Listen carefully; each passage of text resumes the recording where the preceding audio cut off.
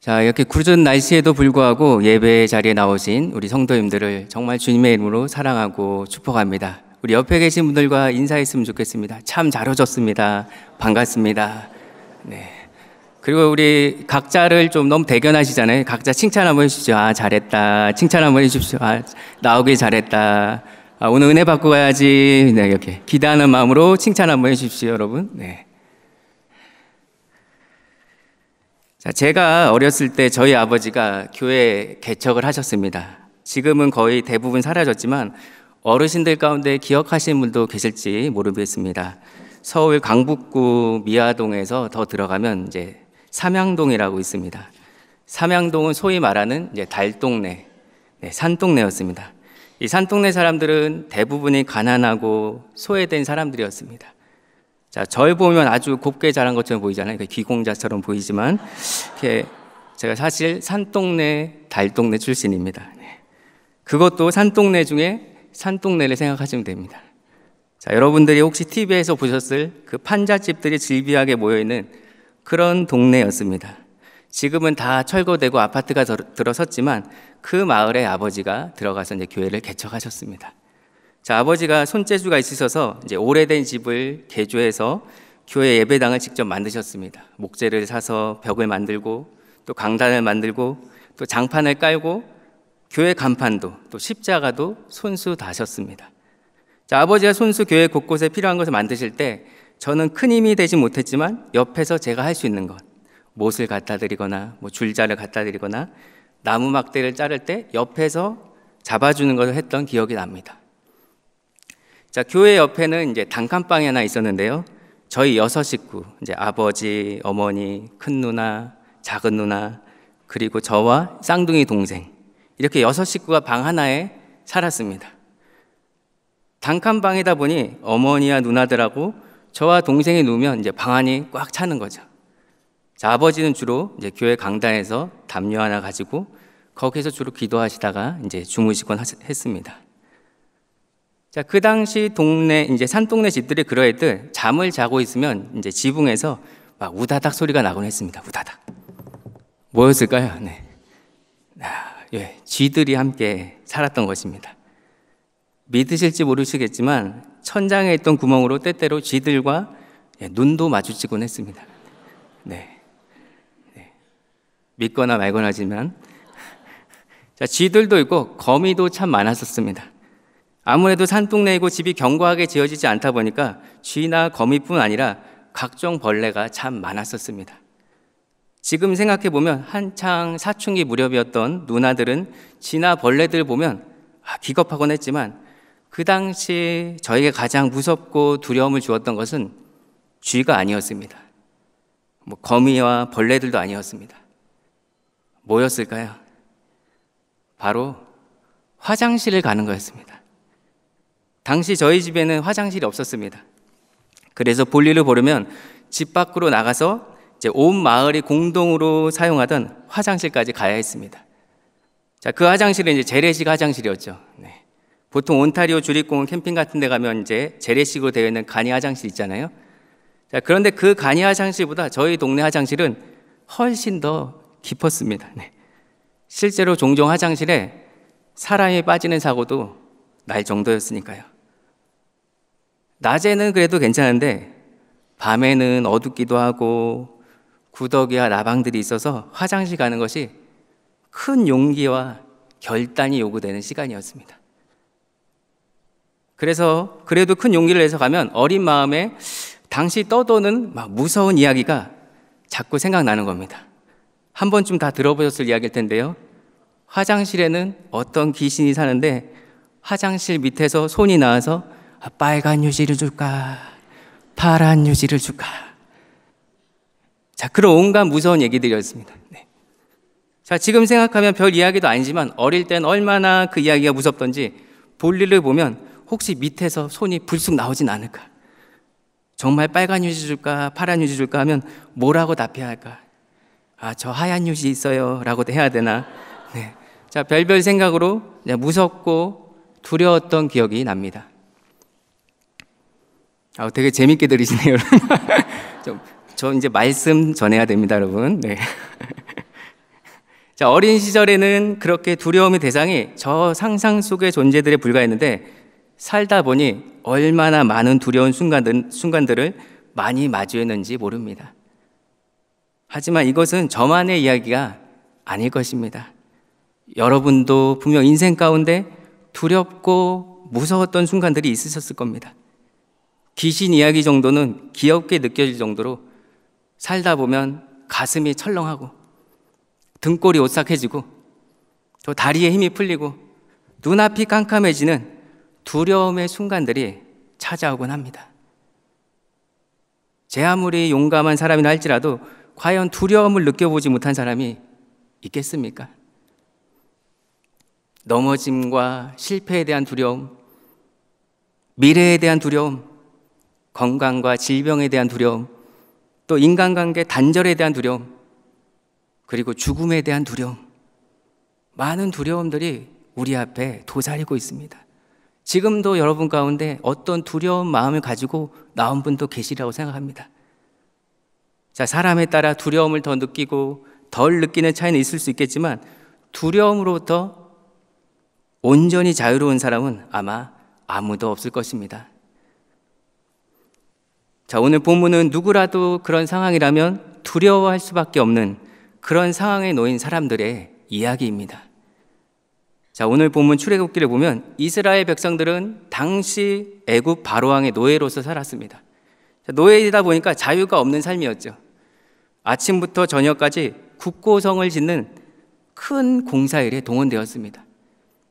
자, 국고성이란 만일의 사태를 대비하기 위해서 국가의 창고용으로 지은 큰 성을 말합니다.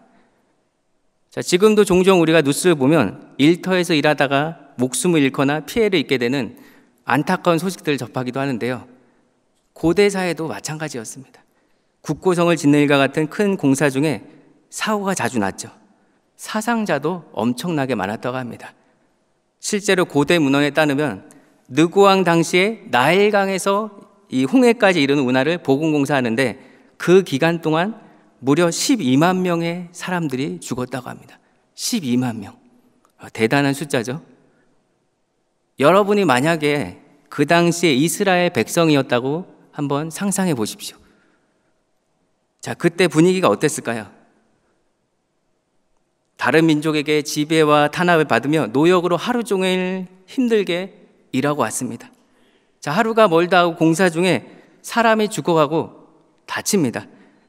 그제는 옆집 누군가가 다치고 어제는 앞집 아무개가 죽고 또 오늘은 혹시 우리 가운데 죽는 사람은 없을까? 우리 아빠가, 우리 자녀가 다치진 않을까? 매일매일이 정말 두렵고 불안한 일상이었을 겁니다.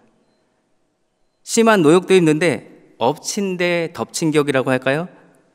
바로왕이 더 무시무시한 명령을 내립니다.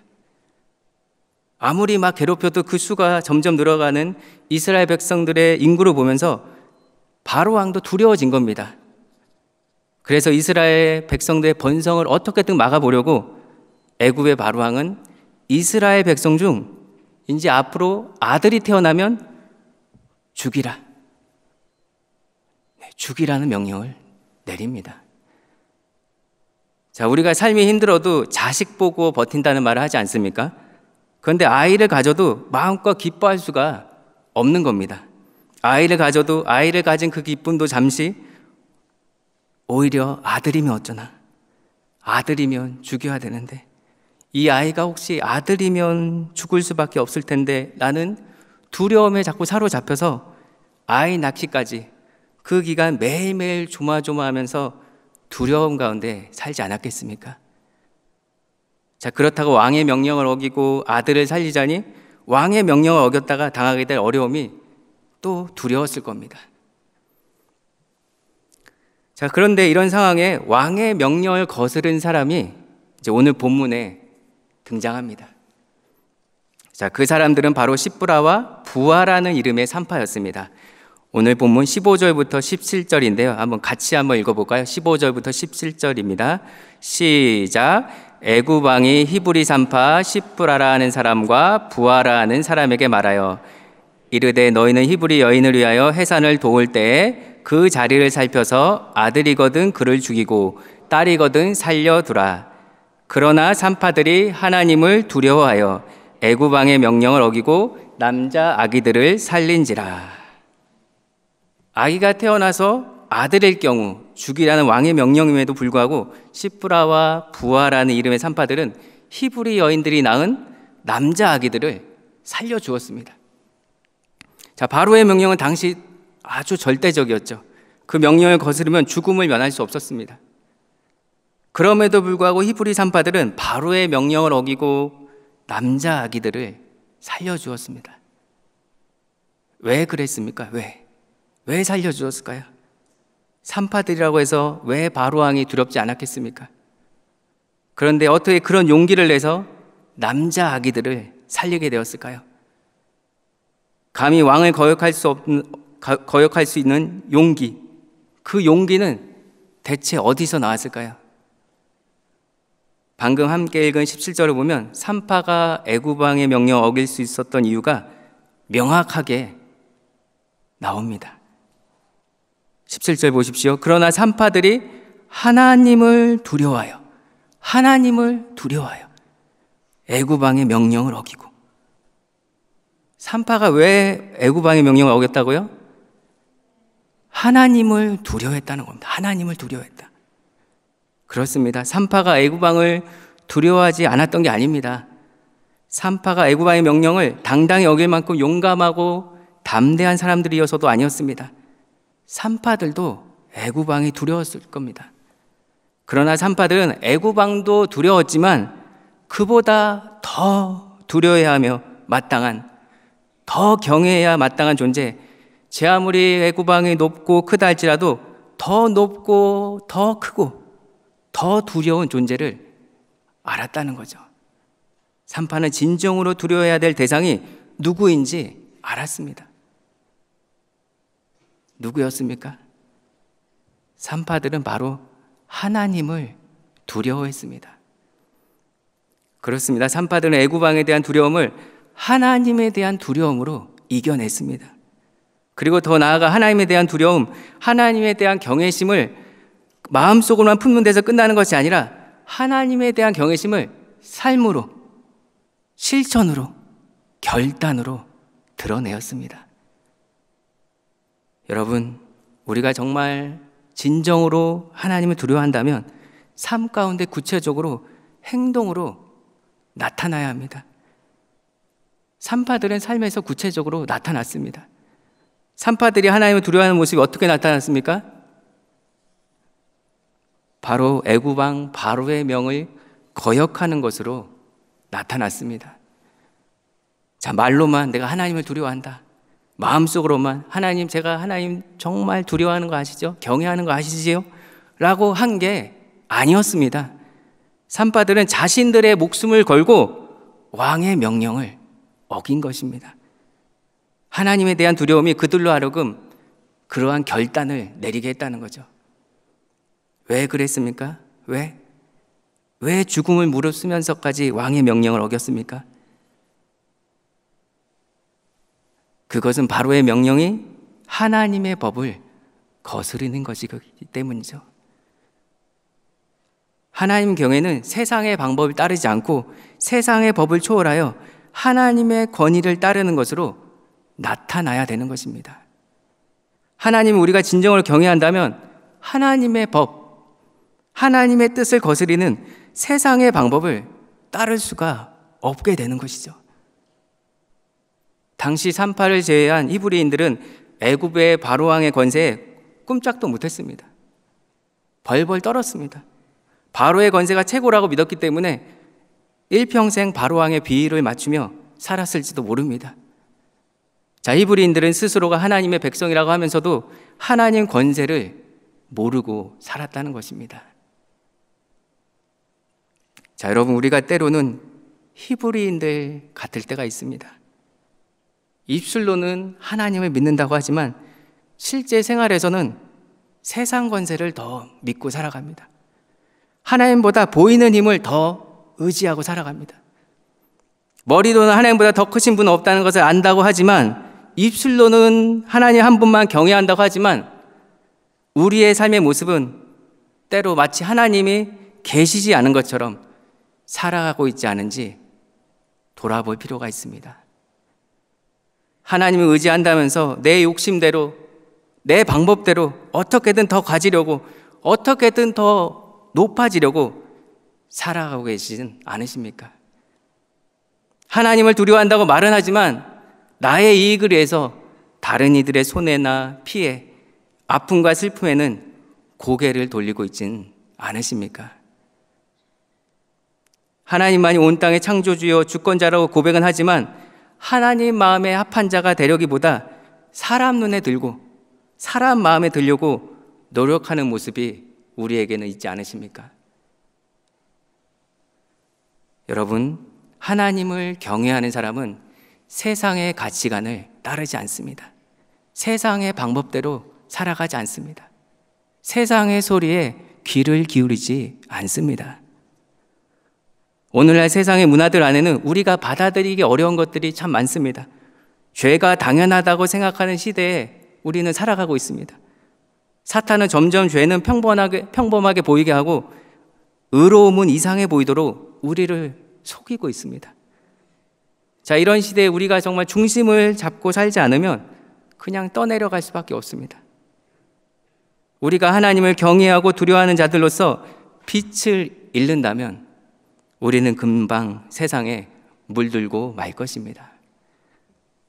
자, 우리가 지금 당장 지금 이 순간 하나님의 심판대 앞에 서지 않는다고 해서 그보다 더 가깝게 느껴지는 세상의 심판대, 사람들의 시선, 또 세상에서의 평판, 명예를 위해 세상의 가치관과 조금씩 자꾸 타협하다 보면 우리는 점점 세상에 물들어가는 겁니다.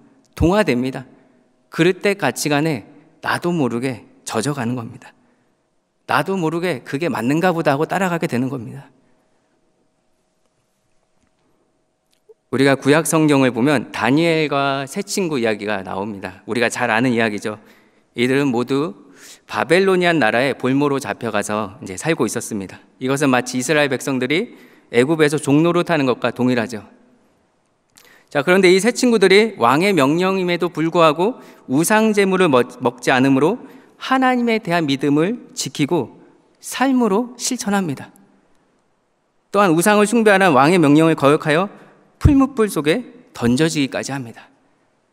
자, 이렇듯 다니엘과 그 세 친구는 세상의 권세 앞에서도 믿음을 굳건하게 지켰습니다. 자, 그들이 단지 왕권에 대항하고 반란을 일으키는 무법자들이어서 그렇습니까? 그렇지 않죠. 다만 그들은 세상의 권세보다도 크신 하나님의 권세를 의지했습니다. 왕보다 높으신 하나님을 두려워할 줄 알았을 뿐이었습니다. 자, 그래서 하나님의 뜻에 위배되는 왕의 명을 따를 수가 없었던 거죠. 그러자 왕이 자신의 권세로 이제 이들을 죽이고자 합니다. 다니엘의 세 친구들을 극렬한 풀무불 속에 집어 던지죠. 자, 풀무불은 세상 권세의 최고의 무기와 같습니다. 마치 마귀가 사망이라는 무기로 사람들 위해 왕노릇하는 것과 똑같습니다. 그런데 막상 불 속에 들어가 보니 어떻습니까? 불로도 태울 수 없는 권세자가 그 안에 거닐고 있다는 거죠. 죽음을 이기신 분이 그 가운데 계셨습니다. 자, 그 결과 어떻게 되었습니까? 머리털도 그을리지 않았고 겉옷빛도 변하지 아니하였고 불탄 냄새도 없었으며 결국 왕이 오히려 이들을 바벨론 지방에서 더욱 높여주게 되었습니다. 자, 오늘 읽은 본문에서 왕의 명령을 거역했던 산파들 동안 결말이 어떻게 되었습니까? 오늘 본문 한번 다시 읽어볼까요? 20절, 21절입니다. 네, 같이 한번 읽어보겠습니다. 시작. 하나님이 그 산파들에게 은혜를 베푸시니 그 백성은 번성하고 매우 강해지니라. 그 산파들은 하나님을 경외하였으므로 하나님이 그들의 집안을 흥황하게 하신지라. 아멘. 자, 그렇습니다. 우리가 세상을 두려워하지 않고 하나님을 두려워할 때, 하나님에 대한 두려움과 경외함을 삶 속에서 나타낼 때 하나님은 우리가 불 가운데 있을지라도 함께 하시며 보호하시고 은혜를 베푸신다는 사실입니다. 여러분, 우리가 살면서 분명 두려운 순간들을 마주하게 될 때가 있습니다. 우리가 그리스도인이 된다고 해서 세상 모든 두려움이 사라지는 것이 아닙니다. 여전히 두렵습니다. 하지만 여전히 두렵지만 우리는 그 두려움을 이길 수 있습니다. 왜 그렇습니까? 우리에게는 그 어떤 두려움보다도 크신 하나님이 계시기 때문입니다. 여러분 믿으십니까? 하나님이 우리와 함께 하십니다. 하나님에 대한 두려움, 진정한 두려움으로 다른 두려움을 쫓아내게 되는 것입니다.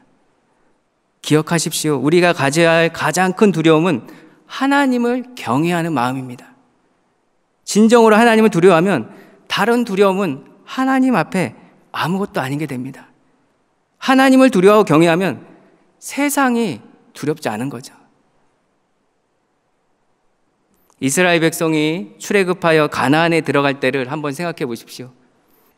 자, 모세가 이제 12정탐꾼을 미리 보내지 않습니까? 그때 12정탐꾼 중 10명은 하나님을 두려워하지 않았습니다. 하나님보다 눈앞에 보이는 가나안 땅의 그 거주민들의 그 건장함과 큰 키, 그리고 견고한 성읍을 더 두려워했습니다. 그래서 그들은 하나님 없이 보니 유대 광야가 너무나 막막해 보였던 거죠. 가나안 족속이 사는 성은 너무나 하늘을 찌르듯이 높아 보였습니다. 그렇게 보니 가나안 사람들에 비해 이스라엘 백성은 메뚜기같이 하찮아 보였던 것입니다. 하나님을 두려워하지 않으니까 세상의 두려움이 그들을 휘어잡았습니다. 그들은 진으로 돌아와서 백성들에게 이렇게 보고하죠. 그 땅은 우리를 삼키는 광야더라. 성은 높고 거인이 있고 우리는 마치 메뚜기 같더라. 절대로 그 땅, 가나안 땅 못 들어간다. 우리 들어가면 다 죽는다. 우리 들어가면 다 포로된다. 우리 그만 애굽으로 돌아가자. 이렇게 얘기했죠. 그러나 12명의 정탐꾼 중 2명, 즉 여호수아와 갈렙은 달랐습니다. 하나님을 두려워했습니다. 그들도 똑같은 광야를 보았습니다. 그들도 높은 성을 보고 거인들을 보았습니다. 하지만 두려워하지 않았습니다. 그들은 말하기를 민수기 14장 9절에 뭐라고 말씀했냐면 우리 14장 9절 같이 한번 읽어볼까요? 네, 시작. 다만 여호와를 거역하지는 말라. 또 그 땅 백성을 두려워하지 말라. 그들은 우리의 먹이라. 그들의 보호자는 그들에게서 떠났고 여호와는 우리와 함께 하시느니라. 그들을 두려워하지 말라. 자, 두려워하지 말라고 얘기합니다. 하나님을 두려워하면 눈앞의 장애물이 두렵지 않는 겁니다. 하나님을 두려워하면 눈앞의 사람이 두렵지 않습니다. 하나님을 두려워하지 않으면 눈앞의 장애물이 너무 높아 보입니다. 하나님보다 더 커 보이는 거죠. 하나님을 두려워하지 않으면 사람 앞에 내가 자꾸 작아집니다. 자꾸 비굴해집니다. 그러나 하나님과 함께라면 그 어떤 장애물도 우리를 막지 못합니다. 하나님과 함께라면 그 누구도 우리를 무너뜨릴 수 없습니다. 하나님과 함께라면 우리는 어떤 환경이나 질병이나 그 어떤 사탄의 공격 앞에서도 하나님이 싸워주시고 하나님이 지켜주시고 하나님이 책임져 주십니다. 세상이 두렵다는 것, 어떤 환경이나 질병, 어떤 사람이나 권세가 두렵다는 것은 반대로 말하면 우리가 하나님을 두려워하지 않는다는 겁니다. 다른 말로 하면 우리 눈앞에 세상 환경과 사람이 하나님보다 더 크다는 거죠. 그러나 여러분, 우리가 진정으로 하나님을 두려워하고 하나님을 경외하면 세상의 두려움은 내가 감당할 수 있는 아주 작은 것이, 아주 사소한 것이 되어버리고 마는 것입니다. 여러분, 제가 퀴즈 하나 낼까요? 문제 하나 내겠습니다. 네. 자, 성경에서 가장 많이 나오는 말이 무엇인지 아십니까? 성경에서 가장 많이 나오는 말. 뭐 틀려도 좋습니다. 뭐 경직되게 안 하셔도 되고요. 네. 기도하라? 네. 기도하라일까요? 기도하라. 아니면 사랑하라? 아니면 용서하라? 성경에 가장 많이 나오는 말이 바로 두려워하지 말라라는 말입니다. 두려워하지 말라는 말. 성경에 총 366번 나온다고 합니다. 두려워하지 말라. 366번. 마치 1년 365번 매일 한 번씩 말씀하시는 것 같습니다. 하나님 이런 거 보면 참 재밌는 분 같지 않습니까? 어떻게 우리가 하나님 말씀을 그리도 잘 잊어버리는지 아시고 마치 1년 내내 매일매일 기억하라는 것처럼, 심지어 올해처럼 윤달이 낀 해에는 2월 29일, 내일이죠. 2월 29일. 하루는 4년에 한 번씩 우리가 두려워할까 봐 그마저도 하지 못하게 366번 두려워하지 말라고 말씀하시는 것 같습니다. 이사야 41장 10절 말씀, 우리가 참 좋아하는 말씀입니다. 암송하는 말씀인데요. 우리 같이 한번 읽어볼까요? 이사야 41장 10절입니다. 시작. 두려워 말라. 내가 너와 함께함이라. 놀라지 말라. 나는 내 하나님이 됨이니라. 내가 너를 굳세게 하리라. 참으로 너를 도와주리라. 참으로 나의 의로운 오른손으로 너를 붙들리라. 아멘. 두려워하지 말라. 놀라지 말라. 자, 이와 같이 분명한 말씀을 바꿔줘도 우리가 두려워한다면 그 이유는 오직 하나뿐입니다. 이와 같은 하나님의 약속의 말씀을 믿지 못하는 겁니다. 그러므로 두려움은 일종의 불신과 같습니다. 하나님을 믿지 못하는 거죠. 제가 서두에 이제 어렸을 때 무섭고 두려웠던 것이 밤에 화장실 가는 거라고 말씀드렸습니다. 그때 화장실에 혼자 가는 것이 너무 무서워서 누나가 때로는 또 동생이 같이 따라가 주었습니다. 자, 그러면 이제 화장실 안에 있다가 이제 부릅니다. 혹시 갔을까봐. 누나가 있는지 동생이 있는지 확인하려고 이제 부르는 거죠. 그렇게 누나 계속 불러봅니다. 그 동생도 있는지 후여라 이렇게 불렀을 때 안 부르면 불안해지는 거죠. 그런데 동생이 나 여기 있어. 나 여기 있어. 그 목소리가 들려오면 얼마나 안심이 되는지, 네, 무섭지가 않았습니다. 나 여기 있어. 나 여기 있어. 무서운 상황 가운데서도 사람이 옆에 있어주는 것만으로도 이렇게 안심이 되는데, 여러분, 하물며 우리를 만드시고 우리의 모든 상황을 주관하시는 하나님께서 우리와 함께 하신다는데, 우리와 끝까지 함께 하신다는데, 영원토록 함께 하신다는데 얼마나 큰 힘이 되고 용기가 나겠습니까? 우리가 두려움에 사로잡혀질 때 하나님 내가 애타게 부를 때 하나님께서 대답하실 겁니다. 그래 선야가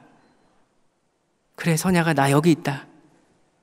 그래 내 사랑하는 딸아, 내 사랑하는 아들아, 내가 너와 함께한다. 손잡아 주시고 일으켜 주시지 않으시겠습니까? 그런 하나님께서 이사야 43장 1절 2절에 우리에게 이렇게 약속하셨습니다. 이사야 43장 1절에서 2절 말씀입니다. 우리 같이 한번 읽어보겠습니다. 시작. 야곱아, 너를 창조하신 여호와께서 지금 말씀하시느니라. 이스라엘아, 너를 지으신 이가 말씀하시니라. 너는 두려워하지 말라. 내가 너를 구속하였고 내가 너를 지명하여 불렀나니 너는 내 것이라. 내가 물 가운데로 지날 때 내가 너와 함께 할 것이라. 강을 건널 때 물이 너를 침몰하지 못할 것이며 내가 불 가운데로 지날 때 타지도 아니할 것이요 불꽃이 너를 사르지도 못하리니. 아멘. 참 은혜가 되는 말씀 아닙니까? 하나님께서 이런 약속의 말씀을 우리에게 주셨습니다. 나를 창조하시고 나를 지명하여 부르셔서 내 것이라 불러주는 것만으로도 참 감사한데, 그런 하나님께서 약속하십니다.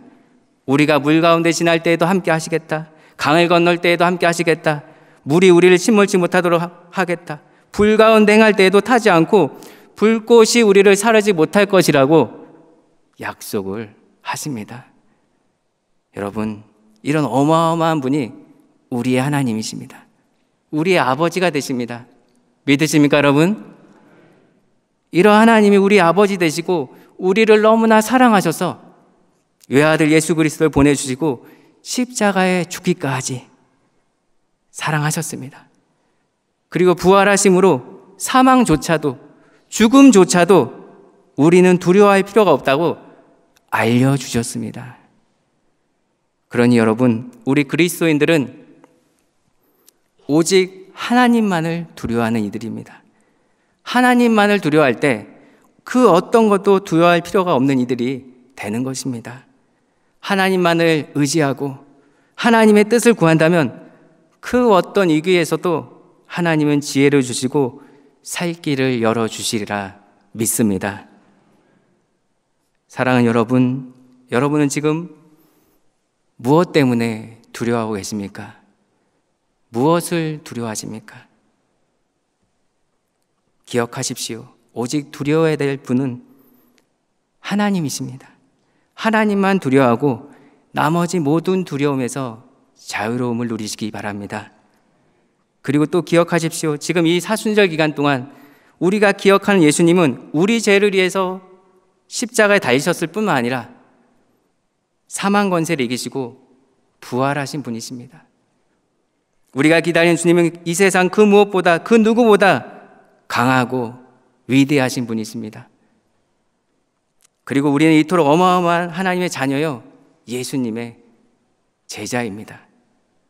우리가 주님 편에 서 있기만 한다면, 우리가 정말 하나님을 두려워한다면 우리의 삶의 모습은 달라져야 할 것입니다. 여러분, 여전히 두려움 가운데 있으십니까? 여전히 두려움이 남아있다면 그 두려움을 통해서 나 자신의 믿음과 삶을 돌아보시기 바랍니다. 바라옵기는 하나님을 진정으로 경외하며 세상이 주는 모든 두려움과 고통과 근심들을 이겨내시고 주님이 주시는 평안함을 누리시며 십자가의 사랑과 부활의 은혜를 기억하시는 사순절이 되시기를 주님의 이름으로 간절히 기도드립니다.